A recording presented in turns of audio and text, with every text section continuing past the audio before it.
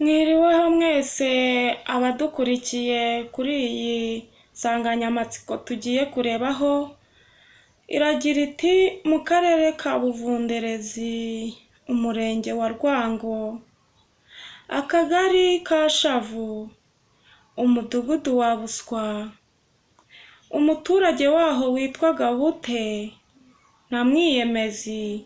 Ubwo twabasuraga kandi Bute yatubwiye iterambere agezeho, atubwira mu iterambere muri makeya, yatubwiye ko umuhati yagize cyane ari uwo gusinzira, muri uko gusinzira agakuramo ingonera, muri izo ngonera kandi twabonyemo na Butuna. Ubwo Butuna na ngonera bijyanirana cyane.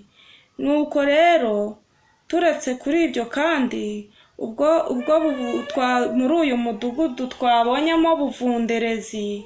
Uwo Buvunderezi yatubwiye ko amagambo yari mabi cyane, ayo magambo ye arakakaye, ayo magambo ngo iyo ayabwiye umuntu, uwo muntu ahita yikubita hasi agapfa.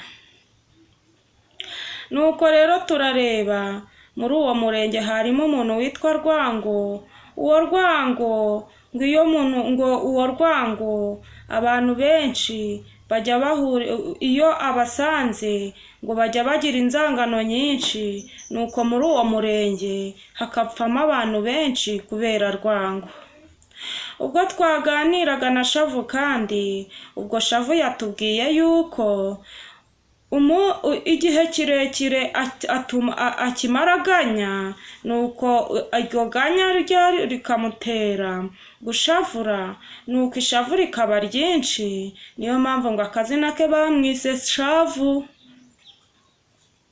Nuko ubwo twajyaga mu mudugudu, muri uwo mudugudu kandi twabonyemo umuntu witwa Muswa. Uwo muntu rero ubwo yari afite ubujiji bwinshi. Ubwo twamusangaga ari umugabo mukuru, twagiye dusanga Tobakondo, ari gutabakondo cyane yubaka akazu gatoya. Nuko turavuga tuti ese kuki uyu muntu atobakondo kandi kondo gatobwa n'abana? Ubwo nawe tubona ni Muswa.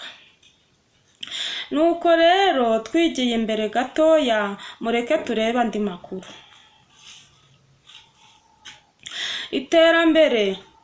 Iterambere mu mujyi wa Muhakwa, mu kagari ka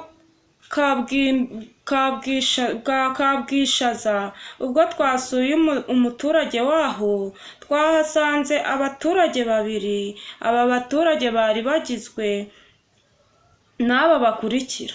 Ubwo twabasuraga batubwiye yuko ubuzima bwabo bumeze nabi cyane. Ubwo buzima rero bwari bumeze butya: twagiye batwereka aho babaga, ubwo tuhasanga bisasira ibishangara, bakiyorosa amakoma. Ubwo ibyo bishangara rero byavugaga, twabuze umutuzo. Nuko rero tubatabariza tuvuga tuti aba bantu bakwiriye matora ya Rwanda fomu, bakazajya baryama neza, maze ntibazajya basakuriza abantu. Twamaze kuvugana na Bute, nuko dusanga ntiyorohewe na gato. Nuko duhura n'umugabo. Uwo mugabo yitwaga Mwiyemezi. Ubwo yatubwiraga mu magambo ye yagiraga ati njyewe muri karitsiye baranzi yuko ndi umwiyemezi, kandi nkunda kubeshya nkiyemera yuko ndi umukire, kandi se byahehe?